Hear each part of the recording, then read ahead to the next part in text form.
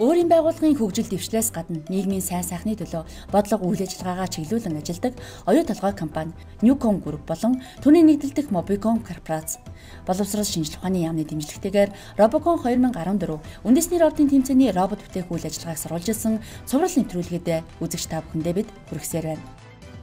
Эцэг эхийн ажлын хүнлэлийн явраатай үндэсний роботын тэмцээнд шинжилгээ ухааны технологийн их сургуулийн TTMS 30 багийнхан хэрхэн бэлтгэж роботуудаа ямар шийдэлтэйгээр хэрхэн бүтээж байгааг өнөөдрийнхөө нэвтрүүлгээс үздэцгээе. Сайн байцгаана уу? Шинжилгээ ухааны технологийн сургуулийн харьяа компьютерийн техник менежментийн сургуулийн Robocon-ыг мэдчилж байна. Би багийн класс Сэдв Сүрэн. За ингээд манай багтай танилцгаая.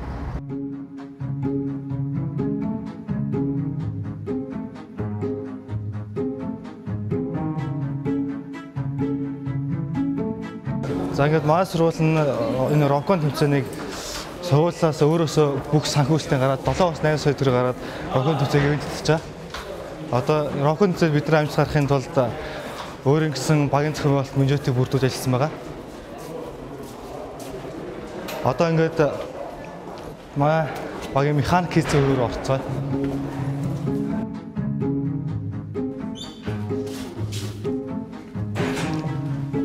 За ингээд манай багийн үндсэн гишүүд байна. Багийн одоо нодон жил оролцож байсан багийн гишүүн Отхон баяр. Манай гишүүн одоо автомат роботын код болон механик хийц одоо бүх юмдээ өөрөө гардаа ажиллаж байна. Багийн гишүүн Болт Эрдэнэ одоо энэ автомат роботынхаа үндсэн source code-оор ажиллаж байна. 3 дахь курсын шинэ гишүүн болох одоо бидний залгамж халаалах гишүүн багийн гишүүн гантлаа. Одоо энэ гишүүн маань одоо гар автолоо автомат роботын механик хийж шийдэлтөө тэр бүгдээр ажиллаж байна. Тэгээ Robocon тэмцээнд орох хэлсэн гэж юм хэрэг хүсдэг гэсэн. Тэгээд энэ жил анх удаа бол орж байгаа. Багаас мөрөөдөж байсан зүйлтэй анх удаа тэмцээнд ороод улсын тэмцээнд орох одоо их баяртай байгаа. Өмнө нь бол Robocon тэмцээнийг яг зурагтаар үзээд нэг хөнгө харагддаг байсан л да. Тэгээд өмнөх жил манай найзууд анх удаа орсон. Би бол ороогүй. Өмнөх жил ороход нь ерөнхийдөө тэмцээнийг ямархуу тэмцээн байт юм байна гэдгийг мэдж авсан. Харахад бол зөвөр ингээд хийцнээр нь харахад бол сайхан ч гэсэн яг хийх явц нь үнэхээр хүнд байсан юм билээ.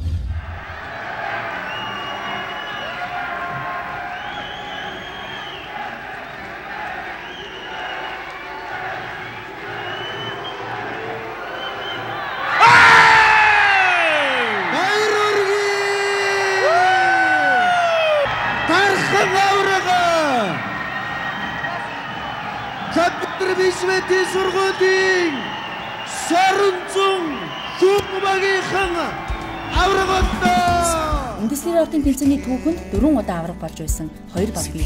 Тэдний нэг нь шинжилгээ ухааны технологийн сургуулийн компьютер техник менежментийн сургуулийн баг юм. Тэд 2001, 2003, 2012, 2013 оны үндэсний роботын тэмцээний аврагаар шалгарч олон улсын тэмцээнд их орноо төлөөлөн өрсөлдөж байсан юм. 11 он 12 онд манай сургуулийн баг 2 удаа төрүүлсэн. Тэгээд энэ жилдээ бол биднэрт төрүүлэхээсөөр сонголтгүй. Одоо энэ аврагаан батлаад дахиад аврах болохын төлөө бүх боломж олцоонд ажиллаж байна да. Ерөнхий ивент тэтгэгч, дэлхийд тэргүүлэгч Монголын уул уурхайн компани оюун толгой. Компьютер техник менежментийн сургуулийн энэ жилийн Robocon-ы баг 7 гишүүнтэй. Сэдв Сүрэн, Ганчимэг, Отхон баяр зэрэг гишүүд өмнө нь Robocon тэмцээнд оролцож байсан туршлагатай гишүүд бол багийн 5 гишүүн энэ жил багт шинээр нэгдсэн гишүүд юм. Өнгөрсөн онд Robocon тэмцээнд оролцож байсан гишүүдийн ихийнх нь сургаалаа төгссөн учраас ийхүү 5 гишүүний багтаа шинээр авсан байна. Багийн 90% бүрдүүлж байгаа төгс курсын 6 оюутан маань сургуулийн 1-р курсаас нийлээ явцсан нэгээ сайн ойлгодог.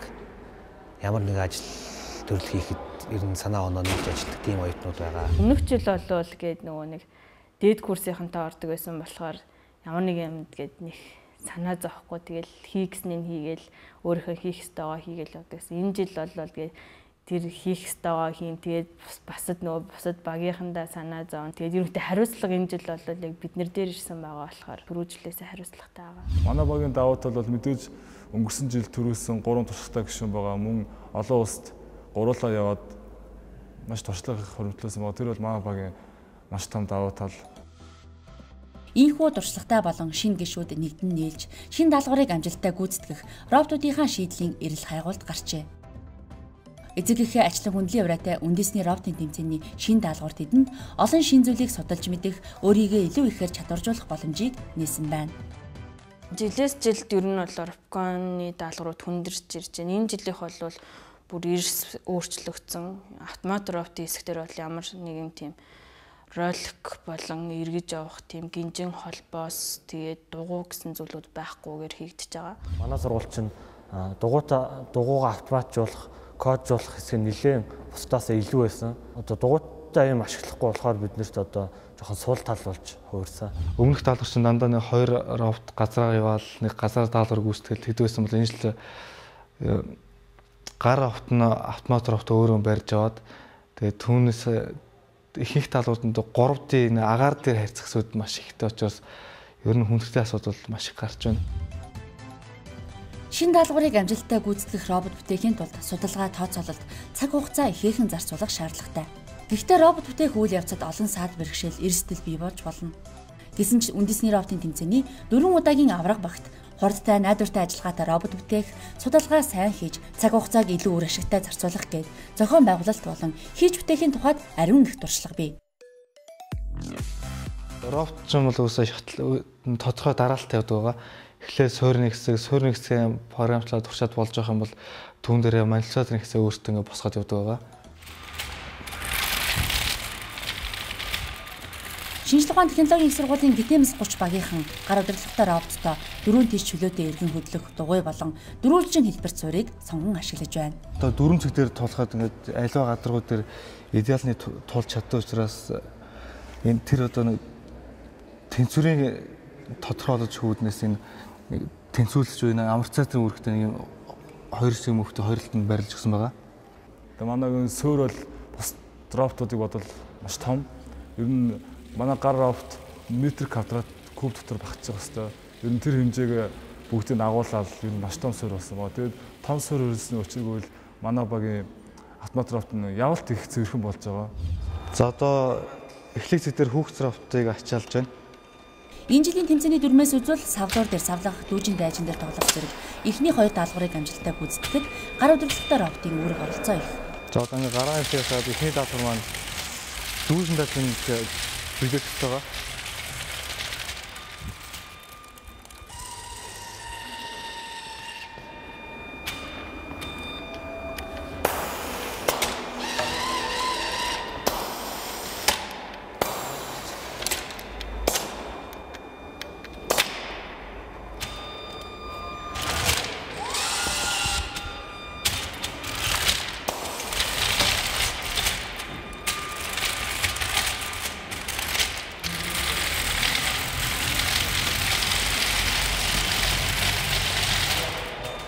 Одоо эхний даалгаврыг биелүүлэхдээ энэ хүүхд автомат робот 3 удаа савлуулсан. Энэ дээр одоо савлуулснаар эхний даалгаврыг биелүүлж байгаа. Мотор чухал та. Гар роботын суурьнд бол моторын тооцоогоо эхлээд хийх хэрэгтэй. Тухайн жилийн даалгавар тэр роботынхоо эхлээд тооцоо гаргаад хэдэн килограмм болох вэ? Алхир тухайн даалгаварт одоо хурд хэрэгтэй нэ найдвартай ажиллах хэрэгтэй нэ гэдгээс хамаарат моторын тооцоо маш зөв хэрэгтэй. Ерөнхий ивент тэтгэгч, дэлхийд тэргүүлэгч Монголын уулуурхайн компани оюун толгой. Дэмжигч, боловсрол шинжлэх ухааны яам. Харилцаа холбооны түнш Mobicom корпорац. За одоо 2 даалгаврыг биелүүлээ. Одоо автомат роботын энэ даалгавар дээр ирсэн гэдэг мэдээ доор байгаа Хязаарын Батан хар өөрөө энэ дээр ирлээ гэж энэ даалгавар дээр ирсэн гэдэг мэдэж байгаа. Одоо автомат робот гэх юм бол тэгээд MPU 60 буюу 3 теглэгтэй хөдөлгөөний метр байгаа. Гар роботын усруу автомат өөрөө ухарч байгаа.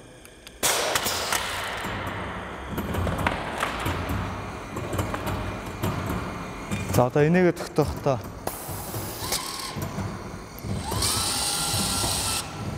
эхний сараасаад доноор ингэж мөргөөд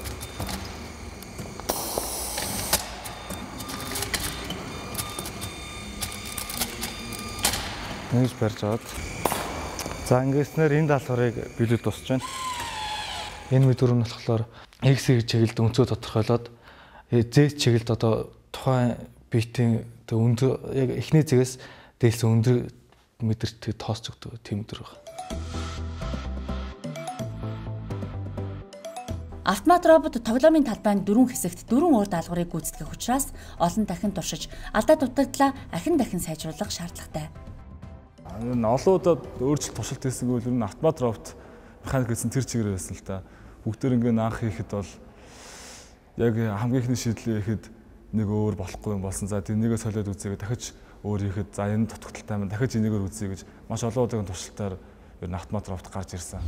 Улам сайжирч улсын аваргатай бэлтгэх төвшөнд орох төвшөнд сайжруулах гэж хичээж ажиллаж байна. Автомат роботын олон туршилтаас үүдээд гар роботын уртлын автомат роботтой харьцдаг хэсэг бас маш олон туршилтаар гарч ирсэн. Гар роботын түлхдэг хэсэг байна. Савлуурын одоо энэ нэг тодорхой байгаараа түлхчээд өөрийгөө хаашаа татж байгаа ухарч байгаа тэр автомат хэсгийг бол ингээд гайгүй шийдсэн гэж бодож байна. Энэ тоглоомн дээр болохоор оператор энэ хамгийн ихний шонгоос автомат роботыг базуулах ёстой. Одоо жишээ нь энэ сая баатан дарагдаа базцсан байна.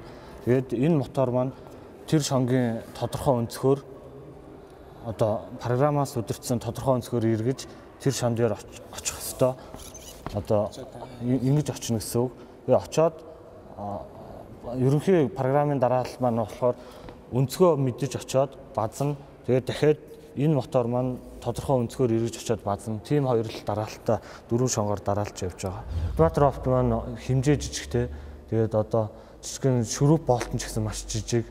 Тэгээд бооход төвөгтэй. Наах бол нөгөө удирдлагын хэсэг дээр нөгөө DSP-30 гэдэг нэлээд том удирдлагын автыг ашигладаг байсан. Тийм болохоор автомат робот маань маш жижигхэн тэр автомат робот тэр удирдлагын автангаа тавьж болохгүй.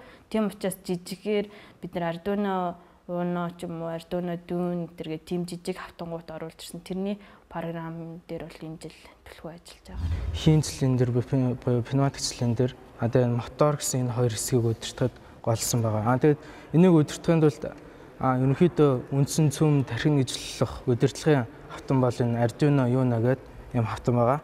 Тэгээд энэ мотор буюу серво моторыгоо удирдахын тулд энэ тусдаа серво моторын удирдлага гэдэг энэ 16 өөр төрлийн 16 төрлийн сервог удирдах хүчин чадалтай юм серво моторын удирдлагын автан байгаа. Тэгээд энэ дараагийн удирдлагын автан нь болохоор ерөнхийдөө энэ хийн цилиндр буюу пневматик цилиндрийг удирдах энэ жижиг хэсэг байгаа.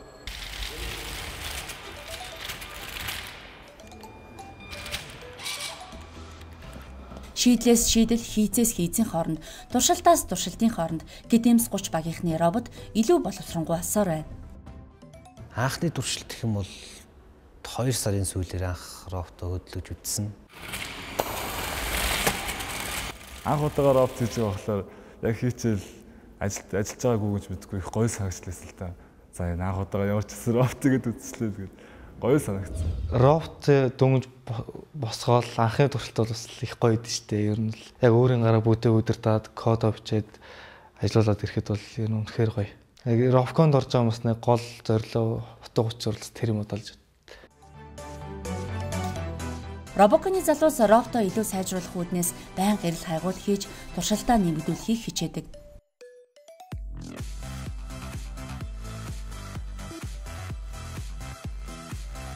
Робоконд ороход гол шаардах зүйл юм бол юм төвчээртэй хатуужлалтай байх хэрэгтэй. Тэгээд ямар юмыг хийхдээ түнд сэтгэлээсээ хандж хүний гараас нэг гой бүтээл гарна. Ямар нэгэн ажил хийлээхэд өөрийгөө за энийг би заавал хийх ёстой шүү гэсэн үүднээс ханддаг болдог. Хойшоо тавихгүй яг энэ ажлыг дараа хийж хойшоо тавихгүй урдаа тавьсан зорилготой болдог. Хичээлээр бол зөвхөн гээд онол тийм юу үздэг гэсэн бол Робоконд ороод яг туршиж үзээд бүх зүйл бодтоор те энэ дээр яг тэдэн бол тавиуд гэх юм бол гүйдлэн тийм өөрчлөлт орно. Ерөнхийдөө нөө электрон таллын тийм туршилтууд бол нэлээд нэмэгдэж байгаа. Бас хичээлд анхаарна. Хажуугаар нь бас Робокон туслана. Механикс туслана. Тийм болохоор энэ цагаа зөв зохицуул сурах. Ер нь тэгээд бас төсвөр төвчээртэй байх. Тэгэл тэдгээр сурч байгаа та. Зүгээр хичээлдээ суугаад сураа явж байгаа оюутанд бол практик дээр ямар нэгэн ажилласан юм зөвлөгөө төгсдөг. Харин Робокон төвсөд орсноор өөрийн онлоор олж авсан мэдлэгээ практиктэй турших. Тэгээд мэдлэгээ улам цаашаа гүнзгийрэл судлах тийм давуу талыг өөртөө бий болгож чаддаг л та. Зөөр нэг за энийг хөгжүүлдэг байх. Энийг хөгжүүл за энийг хөгжих хэмжээндээ гэдэг юм бол тэр мэдээж олигтой бүтээл болж чадахгүй гол нь өөрийнхөө бүх сэтгэлийг зараад түүндээ бүх юмаа зориулах юм бол үнэхээр сайн бүтээлэл гарч чадна гэж итгэдэг.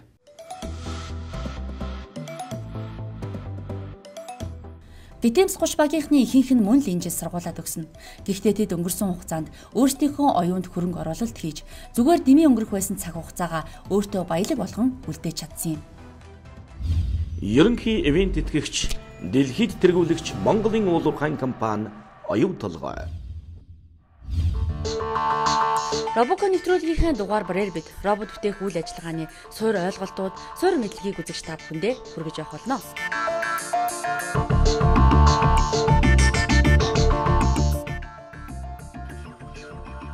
Олон залуус их зүйл сурч мэдхийн тулд Робокон тэмцээнд зорж тэмүүлж оролцдог юм. Тэдний хувьд зорьсондоо хүрч мөрөөдлөө биелүүлэн робот бүтээнэ гэдэг хамгийн сайхан зүйл. Иргэжил Робокон тэмцээнд оролцохоор төлөвлөн зорж буй залуустаа шинжлэх ухааны технологийн их сургуулийн Гэтэмс 30 багийнхан гар болон автомат удирдлагатай роботын суурийн талаар мэдээлэл өгөхөөр бэлтгэжээ. За одоо энд маяг Робоконыхны хэрэгэлдэг 3 янзын суурь нь одоо дифференциал суурьс нэхлээд тайлбарлаж авчээ. Дифференциал суурь нь одоо 2 мотороор одоо суурийг удирддаг. Энэ уртлын дугуй нь бол зөвхөн тулгуурдаг байгаа. Зөвхөн жолоодогч, суул жолоодогч. Энэ дифференциал суурь нь одоо энэ хоёрсоо ялгах юм бол харьцангуй одоо удирдахад арай хялбар 3-4 мотор одоо удирдсанаас 2 мотор удирдал арай хялбархан. Одоо энэ чиглэл нь одоо яаж тодорхойлж байгаа юм бол энэ дугуй хоошоо эргээд энэ дугуй урагшаа ирэх юм бол ийш эргээд энэ дугуй нь одоо энэ зүүн тал нь хойш ирээд энэ урагшаа ирэх юм бол одоо ийш ирэх чиглэлээ өөрчлөх жишээ нь. Одоо суурин дээр хэрвээ эргэх юм бол одоо энэ дугуйгаа одоо брэклээд энийгээр одоо ингэ ирэх жишээ нь. Одоо энийг удирдахын тулд дугуйны одоо моторын эргэлт болон чиглэлээр нь удирч байгаа. Одоо энэ хэрвээ энийг урагшны уул хийх юм бол энэ дугуйгаа одоо зогсоог одоо энэ барьсан байдалтайгаар одоо энэ хоёр мотор нь ингэж ирэх байгаа. Хэрвээ хойшны уулыг хөл энэ уртлын мотор зуурсан хэвээрээ энэ хоёр дугаар хойш ирнэ. Хэрвээ ингээд суурин дээр эргүүлээ гэж бодох юм бол моторууд нь бүгд нэг чиглэлтэй байх хэрэгтэй. Одоо жишээ нь ингээд за одоо энэ суурийг энэ зүүн тийш нь явуулъя.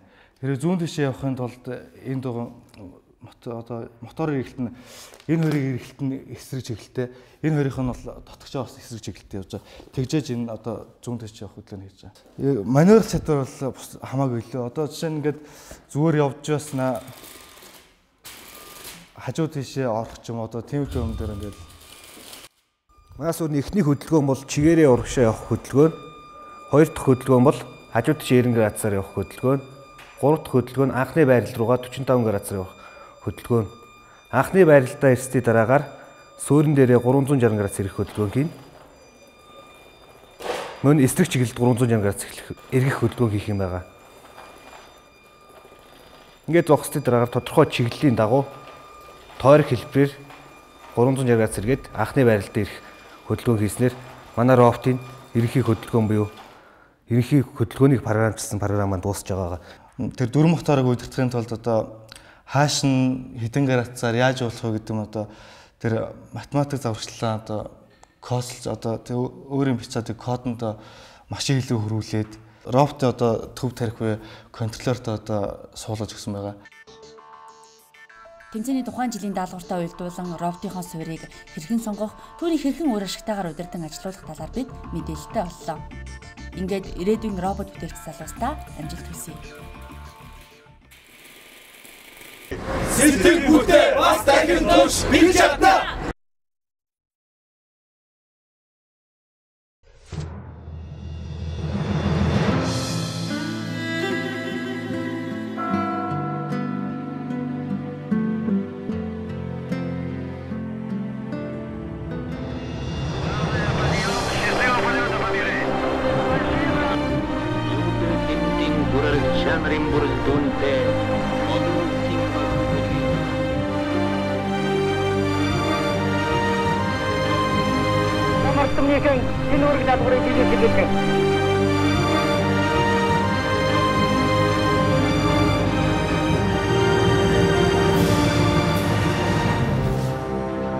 Тэмүүлэл амжилтын их